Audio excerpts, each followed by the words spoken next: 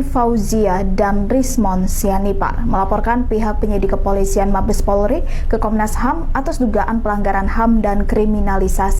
Bagaimana musuh-musuh Joko itu dimanfaatkan, bahkan untuk membuat sebuah kegaduhan.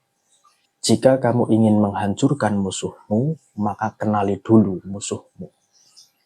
Assalamualaikum warahmatullahi wabarakatuh. Alhamdulillah sahabat channel Jaga 7, kita kembali lagi di channel Jaga 7.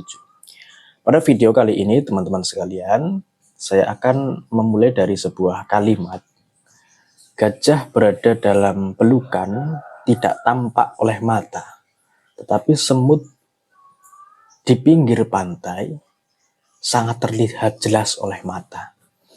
Ungkapan ini, kalimat ini tentunya sangat patut dan pantas untuk kemudian disematkan kepada Roy Suryo dan teman-temannya. Di mana setiap harinya Roy Suryo dan kawan-kawan menghembuskan fitnah keji terhadap Joko Widodo. Dinilai ijazah Joko Widodo itu palsu, hanya bermodalkan dengan sebuah foto yang beredar di medsos. Dari foto itu diotak-atik, dijadikan sebuah isu, dijadikan sebuah fitnah untuk menyerang Joko Widodo. Walaupun polemik ijazah yang katanya palsu ini sebenarnya sudah 2 tahun lebih dibicarakan oleh sebagian orang.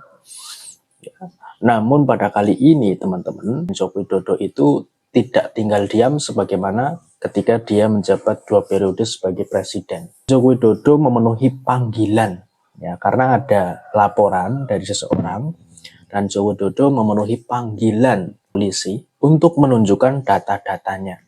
Data-data ijazah Jokowi ditunjukkan, semuanya foto-foto dan sebagainya.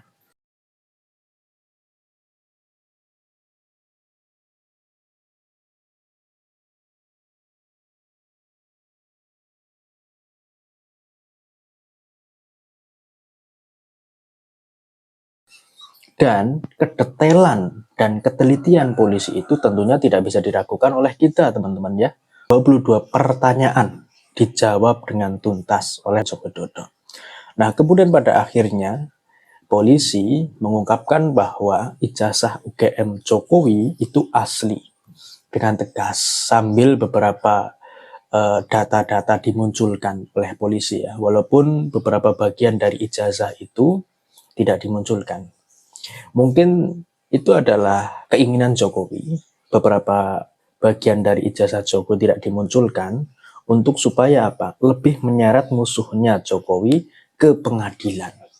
Karena yang diucapkan oleh Jokowi jelas bahwa Jokowi akan menunjukkan ijazahnya semuanya gamblang itu di pengadilan.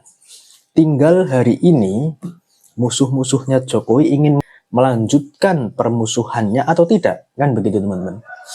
Nah teman-teman sekalian, sebagaimana yang kita lihat bahwa Roy Suryo CS tidak melanjutkan peperangan dengan Jokowi.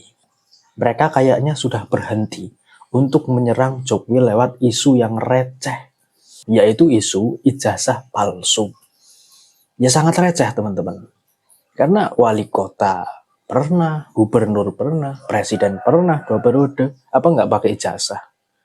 Dikira negara ini negara abal-abal atau bagaimana? Menggunakan isu receh itu untuk menyerang Joko Widodo.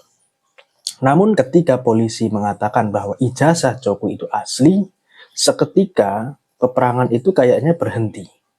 Roy Suryo CS justru malah melaporkan ke Komnas HAM.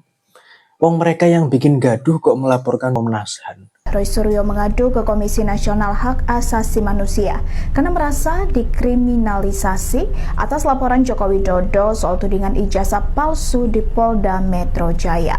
Roy Suryo, Fauzia dan Rismon Sianipar melaporkan pihak penyidik kepolisian Mabes Polri ke Komnas HAM atas dugaan pelanggaran HAM dan kriminalisasi. Ini peristiwa apa? Jadi teman-teman sekalian, bahwa Roy Suryo ketika mendengar polisi mengungkapkan ijazah Jokowi itu asli dan Jokowi juga ketika melaporkan Roy Suryo dan kawan-kawan atas ujaran kebencian, justru malah Roy Suryo ketakutan. Roy Suryo CS bersama teman-temannya ketakutan kemudian melaporkan ke Komnas HAM. Nah, lucu teman-teman ya. Dia yang membuat gaduh, dia yang memfitnah, dia membuat sebuah ujaran kebencian kalau ijazah Jokowi itu palsu. Mereka yang melaporkan ke Komnas HAM. Kalau kata netizen, habis ini mau melaporkan kemana lagi? Kan seperti itu. Jadi teman-teman sekalian, sosok Jokowi ini adalah sosok yang berkali-kali bisa memanage musuh dengan baik. Dia tidak menggunakan sebuah perlawanan untuk melawan musuh. Dari sini kita lihat bahwa bagaimana Pak Jokowi itu memanfaatkan musuhnya untuk musuhnya menghancurkan dirinya sendiri. Contoh Roy Suryo bikin gaduh dan beberapa temannya bikin gaduh. Selama beberapa tahun diam. Tetapi ketika sekarang sudah paripurna, sebenarnya siapa di balik kegaduhan ijazah palsu? Semuanya keluar, ayo. Dari mulai Megawati kita lihat sudah keluar teman-teman. Ikut cawe-cawe isu ini, ijazah Jokowi. Dengan mengatakan ya kalau asli tunjukkan. Nah kemudian banyak sekali yang menjadi pentolan-pentolan si pembuat isu ini bermunculan, ketika bermunculan barulah dihajar habis-habisan oleh Joko Widodo. Ini kan hebat. Ini sebuah fenomena politik yang hebat menurut saya. Bagaimana musuh-musuh Joko itu dimanfaatkan bahkan untuk membuat sebuah kegaduhan. Ketika kegaduhan itu sudah merebak luas, dikenal oleh publik, barulah di situ Jokowi tampil memanfaatkan momentum menghajar habis-habisan musuh-musuh tersebut. Sekarang mereka tidak berani ke pengadilan. Mereka malah justru melapor ke Komnas HAM. Seharusnya kalau mereka benar-benar megang erat keyakinan atas ijazah Jokowi itu asli atau palsu, seret Pak Jokowi ke pengadilan. Sebagaimana yang dia bicarakan. Jadi teman-teman sekalian, kesimpulannya saya hanya ingin mengungkapkan sebuah rasa terkait sebuah peristiwa, yakni polemik ijazah palsu Pak Jokowi. Di sini saya mengambil sebuah kesimpulan pada intinya. Selama 2 periode itu belum ada musuh Jokowi yang berbobot. Belum ada musuh Jokowi yang berbobot, sampai dia paripurna pun belum ada kehadiran musuh yang berbobot yang selevel dengan Jokowi. Kelasnya Roy Suryo mungkin ini bukan musuh teman-teman. Ini hanya sebuah peristiwa lawak saja. Karena isu yang digunakan adalah sama seperti temannya Gus Nur yang menggunakan isu ijazah Jokowi untuk menghajar Jokowi. Roy Suryo dalam hal ini bukan musuh sepadan. Dr. Tifa bukan musuh sepadan bagi Jokowi. Kenapa Jokowi kok tidak bisa terkalahkan? Karena teman-teman sekalian, Jokowi lah yang membuat sebuah permainan ini. Jokowi lah yang membuat papan catur. Jadi bukan hanya pemain catur, bukan hanya kingmaker, bukan hanya raja. Dialah yang membuat papan catur itu.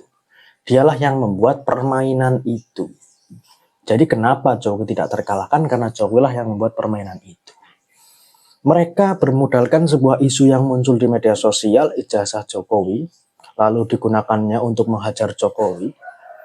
Itu sudah satu langkah masuk perangkap. Kenapa Roy Suryo tidak bertanya langsung kepada UGM? Kenapa Roy Suryo tidak meneliti ke kampus? Padahal UGM sudah mengungkapkan bahwa ijazah Jokowi itu asli. Padahal Pak Jokowi berkali-kali juga sudah mengungkapkan ijazahnya itu asli. Kenapa Roy Suryo itu masih kekeh dengan keyakinannya bahwa ijazah Jokowi itu palsu? Karena strategi serang dari Roy Suryo untuk menghancurkan Jokowi menggunakan strategi kebencian. Semua musuh Jokowi selama 2 periode mencoba menyerang Pak Jokowi berkali-kali itu menggunakan kebencian. Tidak mengkritik Jokowi dalam segi kebijakan. Tetapi apa? Dengan fitnah ujaran kebencian, ya tidak akan menang. Jokowi ini di atas kingmaker. Jokowi inilah yang membuat papan catur, membuat papan permainan itu. Jadi teman-teman sekalian, saya juga ingat ya peristiwa di mana musuh-musuhnya Insinyur Soekarno itu berkali-kali mau menghajar Soekarno, mau menghajar Presiden Soekarno, menggunakan berbagai cara, namun tidak berhasil. Cara apa yang bisa digunakan oleh musuh-musuh Soekarno? Memisahkan Soekarno dengan rakyatnya. Tapi kalau Jokowi apakah bisa menggunakan cara seperti untuk menghancurkan dia? Tidak bisa. Karena Jokowi setiap detiknya adalah bersama rakyat. Jokowi setiap detiknya adalah bersama masyarakat kecil. Dan dia adalah sosok yang konsisten. Sosok yang bisa merangkul musuhnya. Makanya tidak bisa terkalahkan. Sekarang tidak ada isu yang berbobot untuk menyerang Jokowi. Selama 2 periode juga tidak ada isu yang berbobot untuk menghajar Jokowi. Jadi pada kesimpulannya teman-teman sekalian, sudahlah ya, para musuh-musuh Jokowi itu berhenti untuk menyerang Jokowi.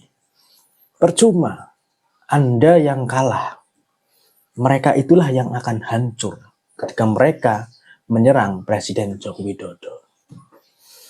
Saya jadi teringat ya sebuah kalimat, jika kamu ingin menghancurkan musuhmu, maka kenali dulu musuhmu. Dan saya tambahi kalimat itu. Cara mengenali musuhmu adalah mengenali dirimu. Terima kasih. Assalamualaikum warahmatullahi wabarakatuh.